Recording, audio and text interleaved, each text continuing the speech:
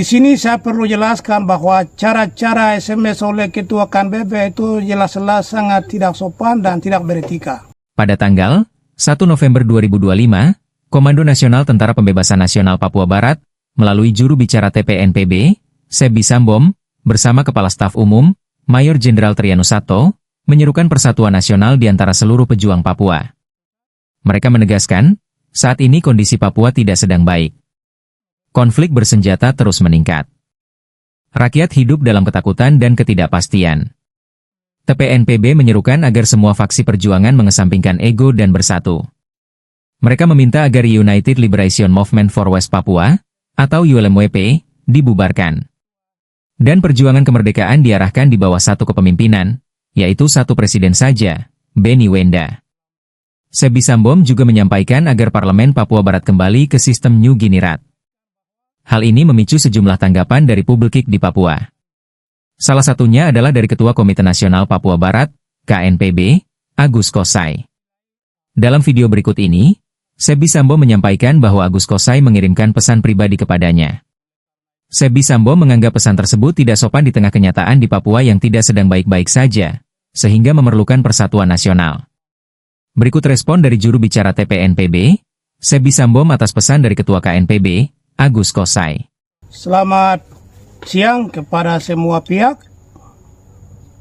Saya Sebi Sambom, juru bicara Komando Nasional Tentara Pembebasan Nasional Papua Barat dari Pengendali Manajemen Markas Pusat.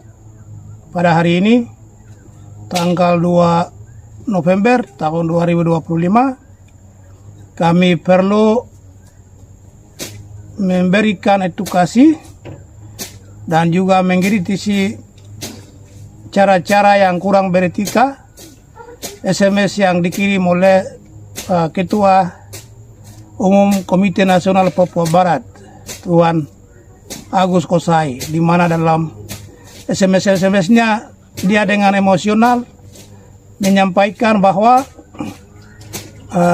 KNPB bukan anjing pesuru juru bicara TPNPB Sebi Sambom. Jadi kami menilai SMS-SMS macam ini tidak sopan dan kurang beretika. Oleh karena itu, jadi SMS-SMS Ketua KNPB itu berhubungan dengan video seruan persatuan yang kami umumkan kemarin. Dan banyak SMS yang tidak sopan dia menulis, tapi saya ambil satu screenshot saya untuk diketahui oleh publik, itu nanti saya lampirkan dalam video ini. Dengan demikian saya perlu menjelaskan kebangkitan nasional yang perlu diketahui oleh pejuang Papua Merdeka dan rakyat Papua. Juga oleh para diplomat yang orang-orang pasif yang tinggal di luar negeri tidak hargai perjuangan orang Papua yang jatuh bangun di dalam negeri. Begitu. Di sini saya perlu jelaskan bahwa cara-cara SMS oleh Ketua KNPB itu jelas-jelas sangat tidak sopan dan tidak beretika. Karena KNPB juga ikut terlibat ikut KTT 2 ULMP di Vanuatu. Jadi kami anggap mereka juga termasuk yang merusak persatuan nasional karena tidak ikuti saran kami. Juru bicara atau siapapun orang-orang senior mempunyai hak untuk memberikan saran kepada KNPB, Komite Nasional Papua Barat. Itu tidak salah. Dan semua pejuang KNPB perlu ketahui bahwa kami tidak pernah, juru bicara tidak pernah menyuruh KNPB sebagai anjing suruhan. Kalau ada, kasih bukti. Begitu. Ketua KNPB berikan bukti, kami suruh apa? Kami suruh Anda pergi perang? Atau kami suruh Anda pergi ini, itu agenda Anda yang lakukan. Jadi kami tidak pernah suruh KNPB. Itu yang perlu diketahui oleh publik dan semua pejuang, juga diplomat di seluruh dunia. Ini SMS-SMS tidak sopan, ini kurang beretika, jadi perlu pelajari baik. Kami mengumumkan itu sebagai gentleman secara publik, dan itu kami bilang saran, seruan. Itu seruan, bukan deklarasi. Ingat baik, kalau deklarasi berarti hari tanggal 1 November itu kami dari TPNPB secara umum mendeklarasikan diri bahwa mengakui Benny Wenda sebagai presiden. bangsa Papua. Tapi kami mengeluarkan seruan itu karena OLMP dualisme kepemimpinan itu membuat kekacauan dalam perjuangan ini. Orang semua terbagi-bagi. Yang lain ikut Beniwera, yang ikut Oktomote, merasa tahu ini Markus Haluk. Ini kan konyol. Jadi tidak mau introspeksi diri, tidak mau evaluasi cepat. Jalan terus.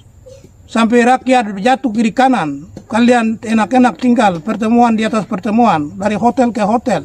Ini stop. Jadi kami keluarkan itu karena melihat situasi itu. Oleh karena saya perlu jelaskan bahwa saya Sebi Sambom. Saya juga salah satu pendiri Aliansi Mahasiswa Papua. Di Yogyakarta kami dirikan organisasi itu. Tahun 1997 kami melakukan pertemuan di Candi Prambanan, Yogyakarta, di mana kita mendiskusikan bahwa bagaimana Indonesia sudah hancurkan perjuangan ini, tapi kita harus hidupkan kembali, membangkitkan semangat nasionalisme. Kami buat di sana. Sebelum itu pada tahun 1996, tahap pertama kami pernah mencoba demo duduk di kantor Freeport di Jalan Rasunan Said, 68 Hair, Jakarta. Di sana kami minta Freeport selama beroperasi tidak pernah membayar royalti kepada orang pribumi, orang asli. Makalah Freeport mengeluarkan dana 1% mulai sejak itu. Perjuangan itu dipimpin oleh almarhum kakak perempuan Sisilia Mote. Dia pernah jadi lurah di Jayapura Kota. Kemudian juga dengan kakak Jafar Akapa. Tidak tahu kakak Jafar Akapa juga sudah meninggal kah masih hidup, saya belum tahu. Itu. Jadi perjuangan-perjuangan itu kami pernah lakukan. Di Jakarta ada banyak teman-teman dari pesisir, pulau, dan gunung. Kami bersatu dan kita menuntut Freeport. Akhirnya tanah 1% keluar, maka saudara-saudara dari 7 suku mengklaim itu orang Lani, orang Amume, orang Kamoro, orang Damal, orang Me. Mereka bilang, Meno, Mia, saya. Itu saya Debu Dada itu. Itu kami yang berjuang juga dulu. Jadi Indonesia pikir sudah nasionalisme sudah hilang karena mereka dengan operasi militer dan OPM semua bertahan di hutan-hutan, TPNPP OPM. Akhirnya orang-orang di kota tidak ada yang berjuang. Orang-orang tua yang dulu mendengar sejarah tentang Papua, mereka tidak pernah menceritakan kepada anak-anak. Karena pemahaman mereka bahwa anak-anak tidak boleh lagi diajarkan sejarah ini. Nanti mereka jadi korban. Jadi itu juga pemahaman konyol. Sebetulnya orang tua harus mengajarkan anak-anak supaya anak-anak bisa berpikir untuk berjuang, melanjutkan perjuangan mereka. Tapi tidak pernah. Akhirnya kita mengambil inisiatif. Dan kami tidak pernah diajak oleh siapapun berjuang. Kami adalah pendiri, deklarasikan diri untuk berjuang. Itu kami, saya dengan teman-teman, banyak teman-teman saya dari seluruh Papua ada. Tapi kan itu rahasia, rahasia bangsa, perjuangan. Jadi saya tidak bisa menyebutkan nama mereka karena saya tidak tahu mereka mungkin ada di cari makan dengan pemerintah kolonial Republik Indonesia. Itu begitu. Dan kami inilah berkomitmen untuk meninggalkan semua kesenangan. Jadi kalau meng-SMS kami itu sopan, jangan tidak sopan seperti ketua KNPB Agus Kosai. Kami tidak suka yang begitu. Kamu harus sopan. Kami hidupkan itu, kemudian tahun 2004 kami mulai masuk di Papua. Di Papua kami ke Nabire, kami ke Panyail, Narotali itu saya pernah ke sana. Kemudian kami ke Timika, kami ke Wamena. Kami jalan kaki dari Wamena ke Yalimo, dari Wamena ke Kobakma, dari Yalima ke Kelila, Bokontini, Karubaga, jalan kaki dari Wamena sampai di Tinggi Nabor. Kami lakukan konsolidasi. Lalu di Tio, Magi, Prime itu kami jalan kaki dulu, kami kampanyekan. Di Muara Kali Balim dan Uwe itu kami mengundang anak sekolah, bilang ini retreat. Kemudian kita mengajarkan mereka untuk berjuang. Kami lakukan ini, kita korbankan hidup kami hanya untuk bagaimana orang generasi muda berjuang, bangkit dan berjuang. Kita lakukan. SMA Negeri 1, SMA Negeri, semua sekolah-sekolah ini kami masuk, asrama-asrama kami masuk, memberitahukan bahwa kita harus berjuang. Kehadiran Indonesia ini untuk membunuh kami.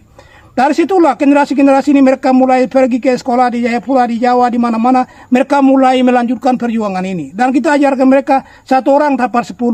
Jadi 10 dapat 1 jadi 1000. Ya dalam berapa tahun kita seluruh Papua jutaan orang akan bangkit dan berjuang. Itu pemahaman kami yang mengajarkan. Kami ini adalah guru yang mengajarkan. Tapi kalau SMS tidak sopan macam aku sekolah saya ini, kami tidak terima. Itu jangan main-main. Saya terus terang saja. Hormat. Jadi jangan main-main. Kami hidupkan perjuangan ini. Tanya Serko Tabuni ada di Inggris sana. Di Jayapura sini. Ketua KNPB 1. Saudara Warius Petipo. Itu. Tanya dia. Kalau kamu Agus kok saya tidak paham. Tanya dia. Bagaimana hidupkan perjuangan kota ini. Tanya Usman Yokobi. Hanya 5-7 orang, 10 orang. Kami turun demo. Setelah kehancuran 16 Maret 2006. Di mana perjuangan sudah dibubarkan. Tapi kami hidupkan kembali dengan memberanikan diri hanya 6 orang, 7 orang, 10 orang turun demo. Itulah Warius Petipo, Sebi Sambom, Usman Yokobi, dan semua pasukan saya masih ada di situ. Saya tidak sebutkan nama semua. Tapi kamu sudah tahu sendiri. Kami hidupkan perjuangan ini. Jika tidak, Indonesia sudah hancurkan kami. Hancur-hancur. Yani TPN bertahan itu tidak mampu. Tapi kebangkitan nasional sudah bangkit. Inilah kuncinya, kekuatan kami sudah bagus. Jadi, lalu kamilah yang lahirkan KNPB. Saya bilang, saya mandatkan kepada Victor Buktar untuk handle untuk mendirikan KNPB. Saya fokus konsolidasi TPN untuk KTT Biak. Kami lakukan. Konsolidasi itu dari 2008 sampai 2011. 2012 KTT di Biak. Itu kami lakukan. Karena 2006, tanggal 16 September tahun 2006, Jenderal Kolia Tabuni mengeluarkan saya mandat resmi sebagai juru bicara internasional dan bagian diplomat. Jadi kami bekerja itu tersembunyi. Tapi karena KTT Biak terbuka, maka saya memilih masuk hutan. Saya tinggal di hutan selama 3 tahun dan saya pindah ke Nigini Timur. Dan saya berjuang. Jadi paham baik ini. Ini sejarah perjuangan kami, hidupkan perjuangan ini. Saya pikir banyak saksi. Oleh karena itu, kalau SMS kami jangan tidak sopan seperti Agus Kosai. Kamu semua dengar baik-baik. Sadar baik-baik. Saya kalau marah itu marah. Kalau saya hukum, saya kutuk itu kamu nanti tidak umur panjang. Ingat baik. Hormat. Demikian. Terima kasih atas perhatian Anda. Ini saya bicara karena kalian tidak hargai. ULMP itu bagaimana ya tuh bangun kita hidup lahirkan tapi hancurkan lagi. Itu sebabnya saya marah. Jangan main-main dengan kami. Kami ini sudah taruh hidup ini, nyawa kami untuk bangsa ini. Semuanya. Anak-anak kami, keluarga kami tidak pernah berpikir kasih makan mereka. Tidak ada sama sekali. Kita hidup susah dan berjuang. Jadi kalau pikir Indonesia bilang saya anak-anak hidup di negara maju, tidak ada. Kami ini tinggal di kampung dan berjuang.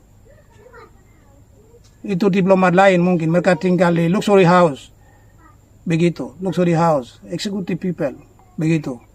Oke. Demikian. Terima kasih atas perhatian Anda. Wah.